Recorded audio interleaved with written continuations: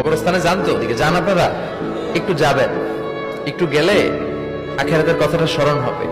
ওখানে ছোট শিশুরা শুয়ে আছে, কিশোর যুবকরা আছে, আপনার মতো তাগড়া যুবক মুরব্বীরা আছে।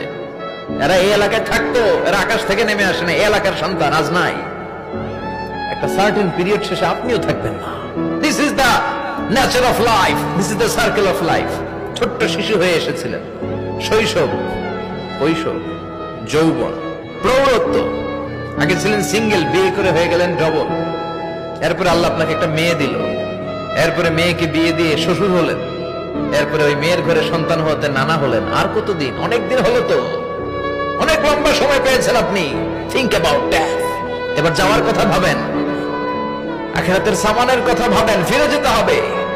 কি শক্তিশালী যুবক, বার্ধক্য চলে আসলে লাঠি ছাড়া চলতে পারে না।